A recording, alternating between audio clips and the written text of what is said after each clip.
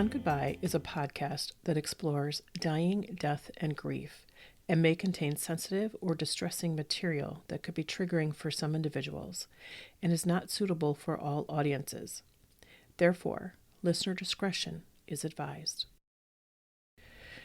We would like to acknowledge that we live and work on the traditional land of the Dakota people and honor with gratitude the land itself and the ancestors who have stewarded it throughout the generations, including the Anishinaabe and other indigenous nations.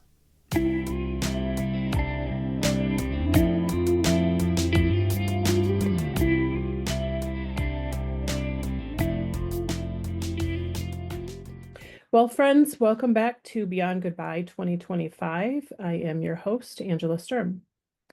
As I mentioned in our 2025 update, today's episode features a thought-provoking conversation with a millennial who brings fresh insight into how their generation views death, dying, and grief.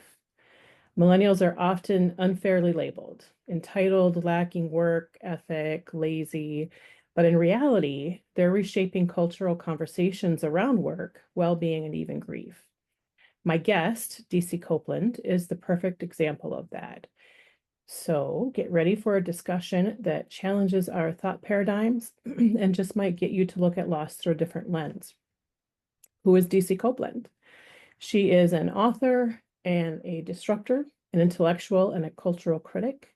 In her book, Societal Dropout, a culture manifesto for the new millennium, she discusses her journey of self-discovery, grieving, and the concept of societal dropout.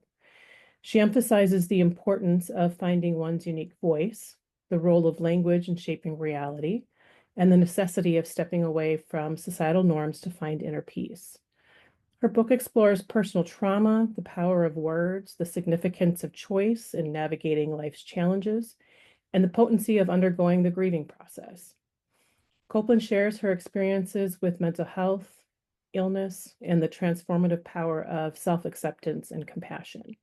She is an advocate of sitting with one's feelings, the transformative nature of tears, and the role of spirituality in personal evolution, while also delving into the nature of God, belief systems, and the balance between prayer and meditation. Ultimately, she emphasizes the importance of curiosity and the courage to ask life's big questions. DC, welcome. Hi, thank you. So after reading your book, I was like, I highlight and I write in mine.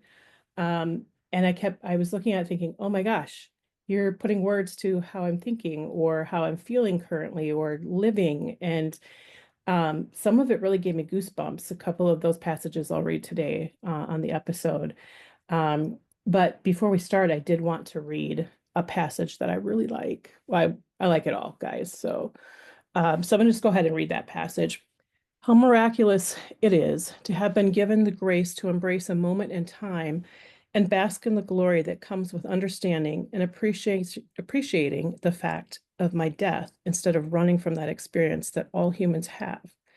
If anything is certain, it is that both you and I will die. It is the only given fact of our lives, and thus the only certain phenomenon that would make us all brothers and sisters in the kingdom on earth if we honored and not suppressed this truth. Trees die too, you know. Human nature is akin to all nature. The less we care to have death in our lives, the more monstrous we become and the less natural we are. So I'm going to discuss part of that later. But before we dig any deeper into that, I do want to start out with you telling our listeners a little bit about your own grief journey. On the podcast, we call it our lost story.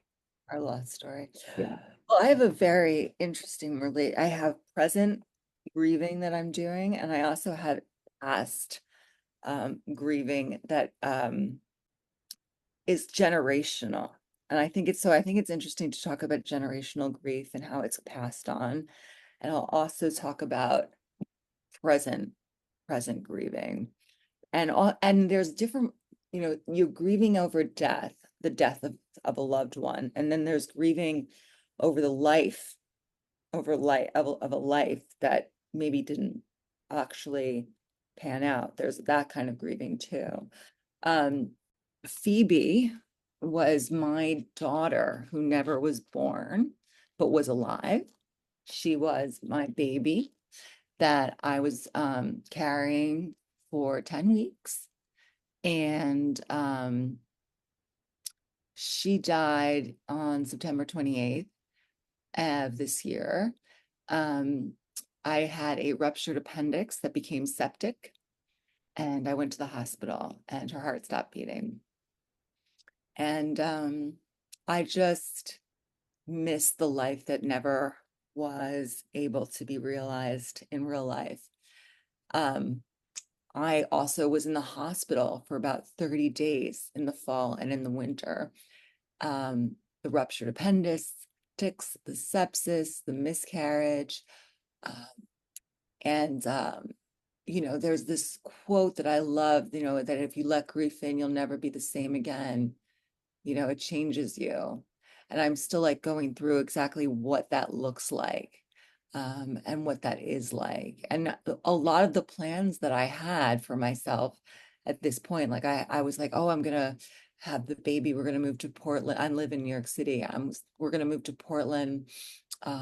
This book is gonna come out. I'll promote it, but I'll also go back to school and become a therapist and all this stuff that's just been like taken from me.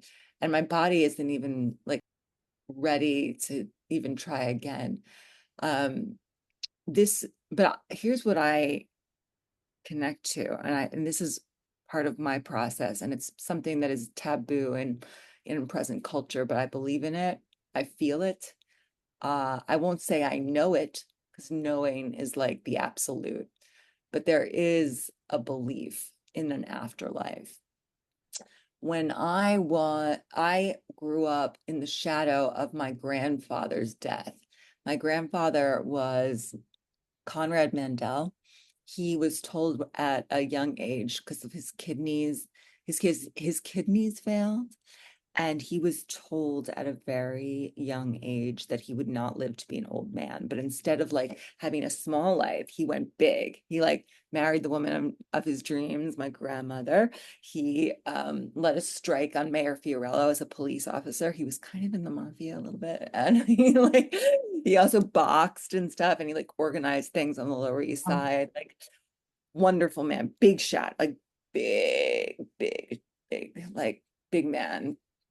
Wrote a literary journal, like read Ulysses for fun, like just a literary big personality guy, big like Italian kind of like, Jewish Italian mhm. guy. And he died like at 47, I think. And it was very like abrupt. It was like all of a sudden he went to the hospital and he died. And like it kind of threw the whole family off balance. Um, and I grew up with stories because he lived such a full life. There were all these stories about him. Mm. So I had never met him, but my grandmother was an amazing woman. I mean, she was amazing. She was like fire. And I mean, she went to the Phil Donahue show once. I don't know, but I don't know what Phil Donahue is. I just have the tape of him, but he's a little predated for me. But anyway, this is a talk show. Phil Donahue was a talk show, and he would go around in the audience with his microphone. And my grandma, it was something about like, should kids be allowed to like look at Playboy? And my grandmother like raised her hand. She was like, kids should be kids. You should let them do whatever they need to do, run around. And she was just like fire. And anyway, so she had a second husband. He died. Um, and she said she had a dream that Conrad had come to her right after his death, and it said, we'll be together again, but not for a very long time, and got to take care of our kids. So I'm moving along my life, and my grandmother was like, doesn't want to, she's getting older, she's in her 80s, she doesn't want to go to hospitals, she has something wrong with her heart, but she's like, I don't want to spend my time in hospitals. We are very similar. Okay. I don't want to spend my time in hospitals. I don't want to be spending time with doctors. I don't want to be going to trauma therapists or heart doctors or whatever. It's fine. I just want to live my life. Anyway, I had a dream. In this dream, I was with my entire family and was really happy. And we were all together at grandma's house. And then we were somehow at my house. And Conrad came. My grandfather was in my dream. I had never met this man before. He was just in my dream. And I was like, what are you doing here? And he was like, I came to pick up a young girl. Mm, Pick up a young girl. Woke up, wrote it down because I write my dreams down. me too. Going about my day. Around 2 in the afternoon, I get a phone call that Grandma Dot passed in the night. Mhm. And of course, I was like, just tears, right? But at the same time, at this dream, Yeah. I had this dream, and I was like, and my grandmother, like, they were soulmates, they were in love, and they are always with me, like, they're very much with me. Like, I get my mother saw a psychic once, and like the psychic was like, your father is like looking out for somebody in New York City. And um I just someone will say Conrad, or like throughout my there's so many instances anyway. So like when I think about Phoebe, tying this back to my present grief, I see her in my mind's eye with my grandma, my grandpa, Mm, like playing, because she was alive. yeah. She was alive. She was, breathing, and like her heart was beating, Mm, And and so like, Hamlet says to Horatio, there are more things on heaven and earth, Horatio, than are dreamt of in our philosophy. And I love that quote because there are more things. There is a spiritual dimension that we can't in our third dimension really comprehend, but I believe it's there. So, my lost story, the lost story, and of course you can grieve relationships and you can grieve jobs and but in terms of like the literal definition of death and dying, um, there's that. And there's also, 2 times in the past 5 months, I was fighting for my life, right? When my appendix ruptured, like that can kill you. mm, And they didn't catch it. They were like, "Yeah, you're in a lot of pain. Maybe it's you. You're. I'm a fairly thin person, and on a CAT scan, everything is bundled up together. So they mhm. were like, we can send you home with pain meds, or we can maybe do an MRI. Would you want to like stick around because we're really packed. The emergency room was like, we're really packed. You want to like stay for an MRI, or we send you home with pain meds? What do you want to do?"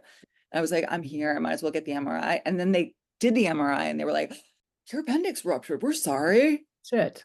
Yeah. Oh my God. Right? Or they're like, we're sorry. We're gonna start around the clock antibiotic. And this is after I had been fighting for my life with a really bad case of sepsis. And if your readers don't know, sepsis is a blood infection that can kill you. It's a really bad, it's an infection where your organs shut down. So my urinary tract had shut down, my uterus was shutting down. That's why Phoebe Wow. died. So all this stuff. And they said that I had appendicitis, but they were treating the sepsis and they let the appendicitis go, and I was released. And then a month later, the appendix ruptured, and they couldn't take it out because there was an abscess, which is a ball infection, and they couldn't drain that because it was near the bowels. So I was like, I had a really tough time, but like the idea that like I survived this tough time. I mean, I had to do several living wills, which is where they like ask you, do you want life support and stuff like that. And I made an actual will too, because I wasn't that there's a limit to modern medicine, there's a limit. I would say that that's like a background of how I comprehend grieving. And like in my writing, people ask me like, how is it you write um like with such a kind of a unique original like way of speaking, and I say like that, like I haven't like an intuition, and that intuition tells me there's more things than what Mhm. we can see and feel, and that like I get to connect when I write. I feel like I'm connecting to another dimension, kind Mhm. of, where all this information is. Yeah.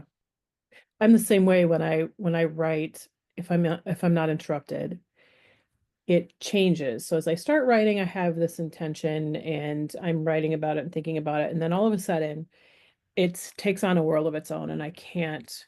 I can't write fast enough. It doesn't matter if I'm typing it or write. I like to write by hand, but typing it, if it comes out fast and I feel like I need to type.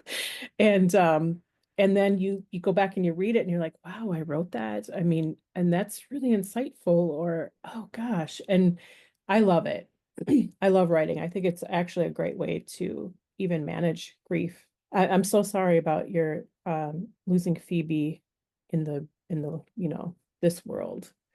Um, and I agree. I when I lost my kids, I even have a tough time still talking about it. Like it gets stuck in my throat sometimes. I hear it. Yeah. Yeah. I went through this huge existential crisis. I mean, everything. It was like there is no afterlife. When you're dead, you die. You're not going to see anybody afterwards. But then you talk about your dreams. And my youngest son came to me in the dream and was talking to me. And I knew in my dream that I wasn't dreaming. I Mhm. knew that we were actually having a conversation about what had happened, and he was begging me to not push it, to just, it happened, just let it go. And he came back every night until I agreed to just let it go. They were murdered. Yeah. And so I had wanted to know why, like I was pursuing this, like why, like what was the intent, like what was the motivation? Why would he do that? And we never know. We never knew. We don't know. And Matthew kept telling me, Mom, you don't want to know. It doesn't matter. It just happened. So when I finally agreed to not continue pursuing that, um, I haven't seen him. And same thing with when my grandfather passed away. I was very, very close to my grandpa. And I had a dream where he showed up. He took my hand and we went to this field and he was talking to me about life and that he had to go. And he gave me some very sage advice dealing with like my dad and family. And I was young, I was a teenager. And when I woke up, it was like, you know, he was gone. And I knew he was gone because they had called us and said that he had died like the night before. But still, you're kind of in shock and you're like, he's not gone. And then he showed up in my dream and I wrote about it. So when I think about those things and I go back, I think, well, I can't really say, nobody can really say that there isn't any sort of an afterlife and after something. And maybe it's just our energies that, fold back into the universe. I don't know. We don't know. It's why we have religion and all the different things, because it's something that as a human being, we want to, attribute some logic to everything. But I have come back now from, oh yeah, there's nothing afterwards to, okay, there's something I just can't explain, you know? Yeah. Um, and I know that like generationally we all grieve differently, especially because you have like what society has says that you should or should not do, or how you should process something in public or by yourself. Do you think that as a millennial that has changed because it's evolved over time, or because we're learning more? Are they one and the same? Like I don't know that it's well, I don't know. You tell me. I'll keep my thoughts on that for a moment. Well, I would say, okay, I think millennials are much more open to exploring what is, and we're not doing this like we are not the dominant. Let me be very clear. The baby boomer population is living very, is very, they're living a very long time, which is not just, that's not bad. I hope my parents live until 120, Yeah. okay? But the culture that they were raised in is the dominant culture still. It suppresses Generation X and millennials and Gen Z. Yeah. Definitely, Gen X is starting to come up a little bit, but like I'm the predominant baby boomer culture was one of suppression. Okay. Like they were raised in the shadow of World War II and communism and the Cold War. And really it was like fall in line. It was a Your fall in line. bootstraps. Yeah. Yeah. Yes. It was very like you're like in the square or you're out of the square. Try to be in the square. Like even if you're out of the square, you should really you're stigmatized. Mhm. Eventually, like eventually hippies become in the square too. Like they grow up, you know what I mean? Like even the rebellions, like even my parent, you know, even Woodstock, it's still even if you're a rebel in the baby boomer world, you are still conditioned to like be that there's like that there is much that needs to be suppressed. Death definitely needs to be suppressed. Okay. Fear needs to be suppressed. Like the fact that all these leaders, these major leaders in the 60s dying, JFK, Martin Luther King, Malcolm, all these assassinations, and the fact that a government could do these assassinations and these conspiracies and all that stuff, suppress, suppress, suppress. We're not going there. We're not going there. And like the impact of the idea that World War III was just around the corner and we're gonna like all hide. They would have like my mom would talk about how like they would have bomb threats and like they would tell the kids to go under their desk as if that would like somehow save you if a nuclear bomb like blew your school up, like, right, like they grew up with so much fear and so much like this is how you need to behave because we need to. And to be fair, you need, or after a world war where so many people died in the world, like genocide, and you know, congruently with everything that was happening with Russia too, like the Stalinistic purges. I mean, there was so much violence going on in the world at that time. Yeah. To recover from that, it needed a period of strict stability and suppression, right, to do that. But that time is over. It doesn't work. And people of my generation, millennials especially, and I'll like move it into Generation X too, but like I'm just speaking on my behalf, like Mhm. we are very much like, what? What? What? Really? Yeah.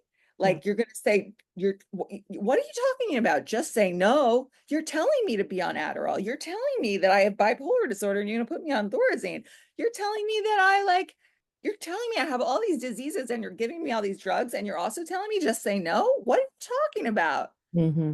What are you talking about? So when it comes to like grieving, right? Like the grief process, my friends are dying of overdoses. That's the reality. My friends are killing themselves. Like the suicide rate in my generation, millennial generation, is really high. The Yes. overdose rate is really high. Everybody I know knows somebody in their inner circle that has died.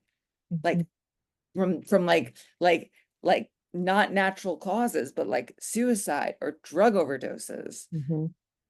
And so we are dealing, and that's always been the case, but we're not dealing with it in a culture of where we're like, there's no reason to suppress this, you know? We're trying to find grapple with death in a way that like is unique, is a way that brings it in, brings it up. Like we're talking about these things. How do we honor that person's life? Like what do we do? We're not brushing it under the rug. Like my friend Nick recently died and like all of us got together and like honored him and like said all, you know, we're still checking in with each other about it because it's just like that didn't just happen and now case closed. Right. That's like, what did his life represent, you know, and why was he moved to take his own life? Like, and let's understand that and let's not judge him either. Like, let's not judge him Oh gosh, because that happens so much.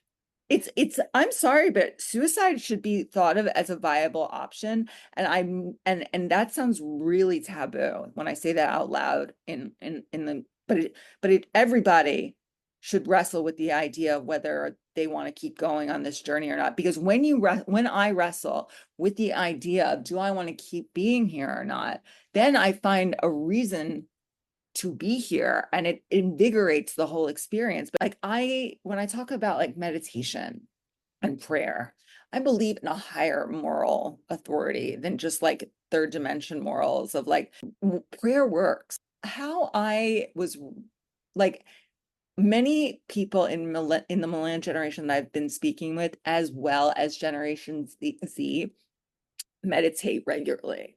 Like Mhm. it's part, like it's important. I And do. it's like it's really important.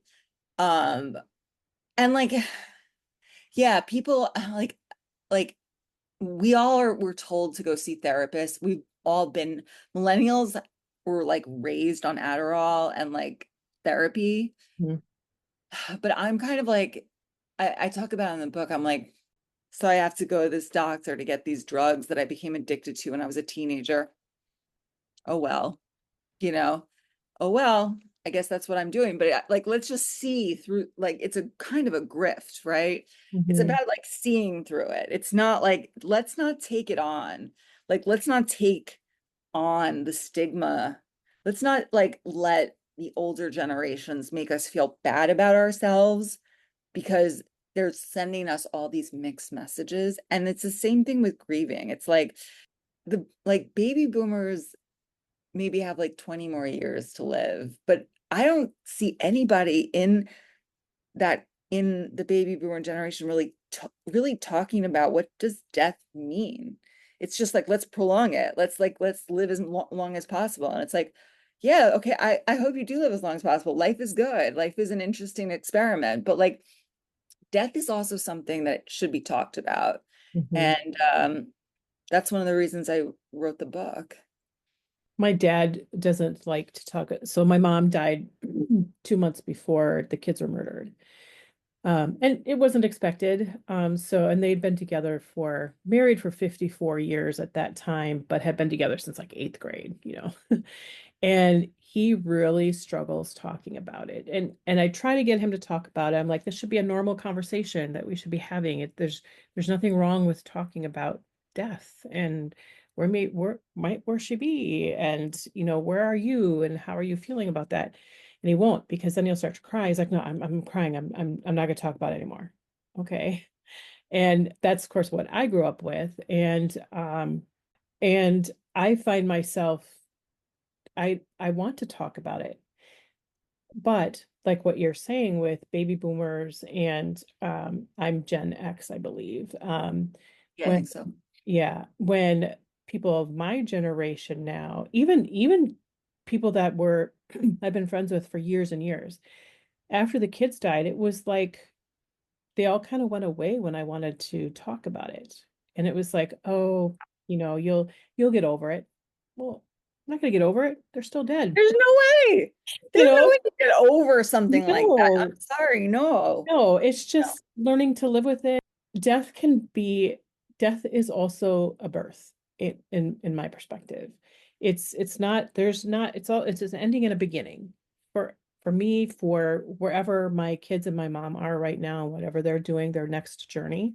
Mhm. And as when you start to kind of look at it that way, it helps me navigate a little bit better when I have those down moments or something's really triggering. Now, I advocate for therapy, and I found myself, I just never gave myself the time that I needed. So I went to a therapist, but I interviewed them. I think there are some really shitty therapists out there with agendas. And so I interview people, and the woman, my first thing is always like, I'm not going on a med. So if that's what you're going to propose, we can just cut our losses now.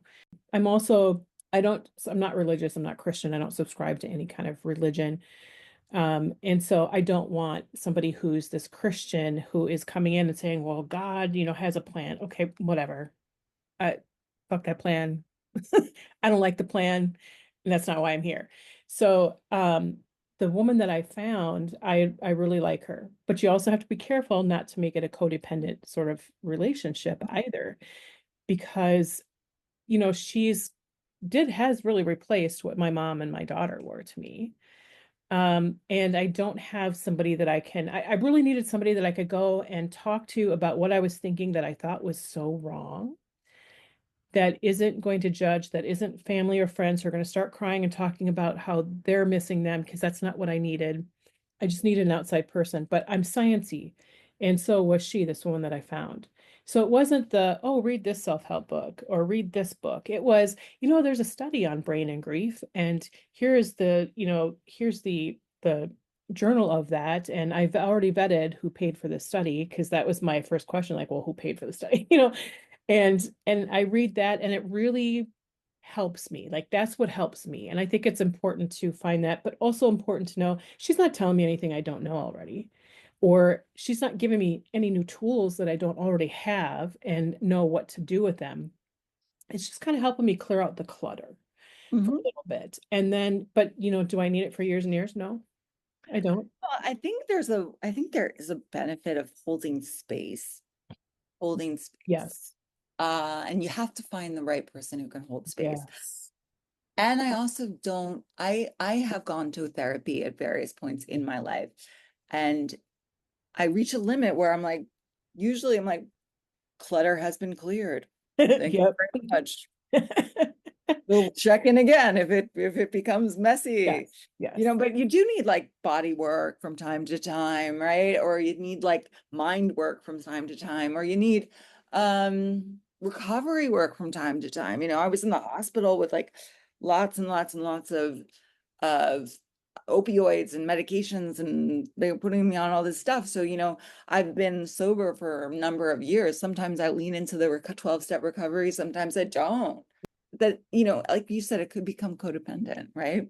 Like you can become codependent on anything. And it's just my big thing is that it's, you got to be able to like look inside here and get right with the inner self, the soul. Like everybody has my practice was given to me my teacher Dharma Mitra, who is about in his 80s. He's been Hmm. practicing yoga for like 60, 70 years or something. Is amazing. And like if you close your eyes in his presence, you see an aura. Like if Mm. you don't believe in auras, you got to go meet this Yep. man and close your eyes and you're like, oh, Yep. yeah, yeah, those things actually exist. Okay. Yeah. But he said in every single person, there is a little spark of God dwelling in the center of your chest, right side of your heart, smaller than an atom. But that's where you got to connect, right in there. And it's like, it's not out there, right? It's in Yes. here. So Yeah. like I'm a huge fan of meditation. I'm a huge fan of writing, Mhm. journaling, like getting in touch with this spark. Now sometimes, and he also says everybody is a 100-watt light bulb, but sometimes it gets a little bit dusty and you have to clean it. So therapy can be used as a tool to like taking a paper towel right now and like clean the light bulb a little bit, Yeah. right? Going to Right. yoga class, clean the light bulb a little bit, right? Going to doing meditation, clean the light bulb, taking some Mhm. inventory, like 12-step inventory, cleaning the light bulb, right? Yep. But none of these things we should like in the hospital. I was not able, and I still am not able to do my yoga practice. Okay, can't use that, like you can't, you don't want, or like, or for example, I was working with a therapist, and then something happened in our conversation, and they said something that was just so out of whack, and I was like, whoa. And I was like, oh, okay, well, I don't know if I want to continue working with this person anymore. And okay, well, let's take a maybe I'm okay. Maybe we've done enough work where I'm Yeah. okay, Yes. and this might be the limit. Okay. Mhm. I think it's just important to realize that these are all tools in your toolkit, but they're not the be all end all necessarily. Agreed. You can't use those to avoid doing the deep work. You can't use those to avoid going through that loss and how it feels. You should be feeling it. You should be acknowledging it. You should be honoring it. And I think that oftentimes with, yes, I advocate for therapy, but I agree with you too that um, you can't use that, have that therapist tell you how you should be feeling, tell you who you are, because they don't know. And you have to, unfortunately, you have to go through the hard stuff if you really want to know, one, who you are, and two, get through the grieving to get beyond the part where you just can't see, you know, your nose in front of you to, oh, I see that now. And okay, that really sucked, feeling that, but okay, now I have a new purpose and honoring, those that you've lost or anything that you've lost. And and that's the tough part, right? Is acknowledging, recognizing, doing it without having somebody else tell you how it should be. There is no how. It's so different for each person. So the surgeon after the appendectomy was like, yeah, go back to living your life.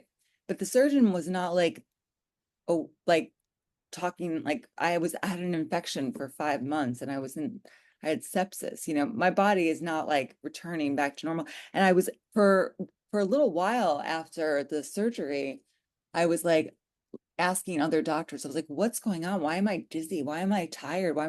And I was just making myself even more tired by like reaching out. And I was like, okay, so like I just had surgery. I just had an infection for 5 months.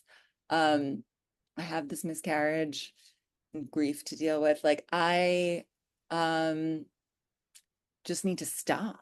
I just need to stop and rest and cry. I spent like a whole week crying, like tears, like probably haven't shed since I was a newborn child. Just like, you know, massive, massive purge of emotion. And I'll probably still continue to do that as my body heals, the grief becomes more palpable. And it's not only grieving, it's also just like, it's also the idea that like I'm still here after all that. And there's like a big kind of psychosomatic shock, Mhm. that comes in. And I just rebelled. I literally was like, I had set in motion all these doctor's appointments to make sure that I was going to stay out of the hospital. And then I still needed to go back to the hospital 10 days ago because I had an infection that flared up. Yes. And I'm like, stop. Like, I was just like, I gotta just trying to get outer validation Mhm. about what I'm supposed to be doing. That's it, exactly right there. Yes. There was I because I know we're running low on time, but there was something that you had said or that you had written that I really liked. It like hit home for me. I don't know why. I've actually been meditating on it. Like, why was this so profound for me? But I wanted you to maybe talk a little more about it. And the statement was, the sentence, the less we care to have death in our lives, the more monstrous we become and the less natural we are. I Mhm. love that. Can you talk more about that? Yeah. So I think just thinking about my father when his father died in the Jewish religion, you're supposed to sit Shiva for 8 days. It's like a really beautiful way of incorporating and acknowledging death. And you're supposed to mourn for like a year and you go to services like once a week and you say the person's name, and it really acknowledges that. My dad like just didn't want to grieve his father. And I don't think he's grieved it. Death is somehow stigmatized as something wrong. It's wrong that this happens. That's a big problem for us to carry around the shame of something that is natural and that happens all the time. It distorts us. It makes us inhuman. It makes us manic. It makes us like the culture, and I'm talking about when I talk about the book, I'm in that book, I'm talking about the American culture or Western civilization, but I'm an American, so I'm going to talk about American culture. And I've been to Europe. It's a little bit better, but ultimately my experience in China and then visiting there is just, it's a different culture. An American culture, the fact that we cannot talk about death without like, well, we just can't talk about it really. We can't really have an honest conversation about the fact that this exists. We're all going to go through this. We're all going through it. It's like we talk about puberty, right? Oh, we prepare our kids for puberty. You're going to be going through some changes, Yeah. right? We talk about having babies.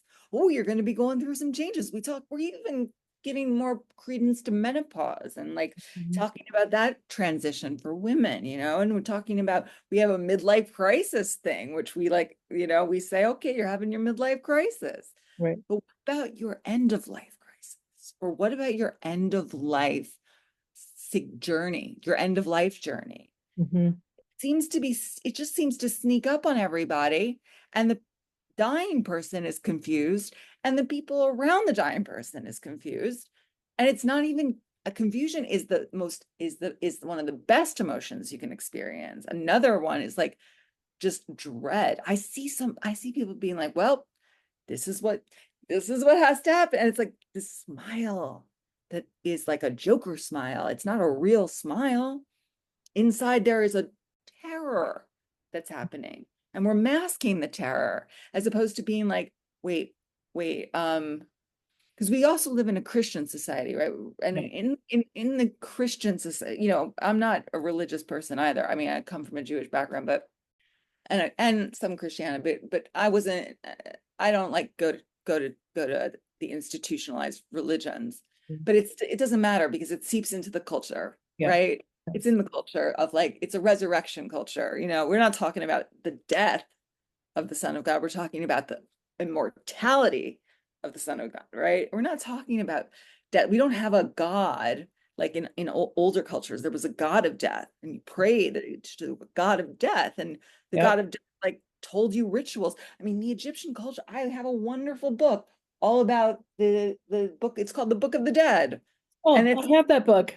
it's a fantastic book, Yes, and it's it is. part and it was read every day. The Book of the Dead was incorporated into life. And it was like, how does your spirit go about the earth? It was like death was the reality. It's so backwards. In that culture, death was the reality. And what we did every day in life was like the delusion, like the dream. I mean, what? Yeah. What? What? Because it is the dream. I mean, we spend most of our lives not being, most of the time, I guess, in terms of the human history, we're not being here. We're here for like a moment, a blink, Yeah. and not even that much. So the fact that like when I say monstrous, it's the shame and the guilt and the negativity and the darkness and the confusion and the fear that we don't address and we don't even talk about because you shouldn't be this is true, but the way we say it matters. Like you shouldn't be afraid of death because everybody's going to die and it's just a natural process and I'm just going through it, and I'm just grieving my mother, I'm grieving my father. Okay, I don't believe you. I don't believe you're just like going through the process. I'm sorry. I Mhm. mean, I think you're telling yourself to go through the process, Yep. and I think you're distracting yourself with a bunch of other shit, Yep. excuse my language, a bunch of other activities, right? Yeah. Constructive activities. And but like there's cultures that exist here and now and they don't exist here and now that someone would die and they for a whole year the immediate family would not be expected to do any of their household work in the tribe or in the mini civilization. Mhm. That's how like like grief was like understood, in the culture. Mhm. um yeah, so I guess when I think it's the feeling of this can't be something that we address. We cannot, because then it makes it real. Mhm. It's real. It It's is real. real. And people die, like your experience, people die in horrible ways, Yep. in violent ways, You don't in pick it. terrible. You don't get to pick how, you don't get to pick when. It just happens when it happens. When my mom was real sick, um, and I was trying to like make sense of it all, and I was out walking. I like to be in nature. And she used to make fun of me because she'd always say to me, are you gonna go hug your favorite tree today? Are you gonna go talk to your tree today? Because I like to talk to nature. And the answer is always yes. Well, as I was walking, I had this burning desire to go to this. It was telling me, myself, capital S, was saying, go touch this tree. And I'm like, what? People are gonna look at me and it's busy over here. So I went and touched the tree. And it was Mm. very, very warm. You could feel like I could feel the life coming up and down its trunk. And so then I got back on the path. I'm like, okay, what's your point? Nothing. I kept walking. And I was like, now feel this tree. What? Okay. So I go and feel this tree. It's not as warm. I'm like, okay, yeah, it's in the shade. So what? I'm not thinking it through because I'm upset, about my mom. And as I get to the very end of the path, it says touch this other tree again, myself. So I touch it. It's cold. It's actually dying. The tree was dying. And then it just came like, this is the cycle of life. You are born, you live, and then you die. And then something else more, as beautiful or more beautiful happens. Mhm. And when I got back to my car, I was like, oh, and I don't know why that would be profound because I know that, but for whatever reason, I needed to be reminded of it. And The it, experience, the yeah, experiential activity of touching the tree. I love that. yeah. And did it make it any easier losing my mom or know she was dying or watching her suffer? No. But it gave me a little better understanding, and I felt like I could be more supportive and a part of that, and maybe what she needed at the time. Well, we have run out of time. I went Okay. way over. But I do want to close with another passage from your book, if that's okay. Love that. And we'll read it. It's great, you guys. I'll um circle back when this is out and let everybody know where you can get it, and we'll put it in show notes again then too. But here's the passage. We are alienated from Mother Earth. We are killing everything, all signposts, burning each branch of evidence that says, I begin, I grow, I change, I die. Therefore, it is not shocking that we are killing our planet. We war with one another about differences that at the end of the day do not really compensate for the fact that we are all so very much the same. If we looked in the mirror of a soul, we might find that instead of suffering, well, we may, in fact, like each other, and we might be able to like who we see in the mirror as we engage in the act of an honest curiosity about what it means to be here. We may find out we love ourselves, and not because we read it in a self-help book is a good thing to say to a lost cause, which is, at present, how most of us treat ourselves and our life. Life is meant to play in me. I must pick up my instrument and let the music come. DC, thank you so much for being our guest today. We hope that you found this discussion refreshing in a way, and that you too pick up your instrument and let the music come. For any listeners interested in knowing more about DC, you can check out her website at dccopeland.com. Link will be in the show notes. I will also post an update, like I said, as soon as the book Societal Dropout, A Culture Manifesto for the New Millennium becomes available. If you enjoy our show, please hit like and follow us on your favorite podcast hosting site. That's it. Bye, all.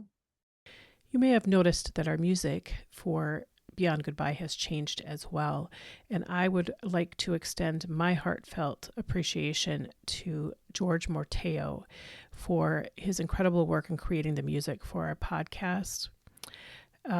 Thank you for being a part of this and for being a part of our journey, and I truly look forward to continuing this partnership with you in the future. For those interested in knowing more about George, I will have details in show notes. Thanks all.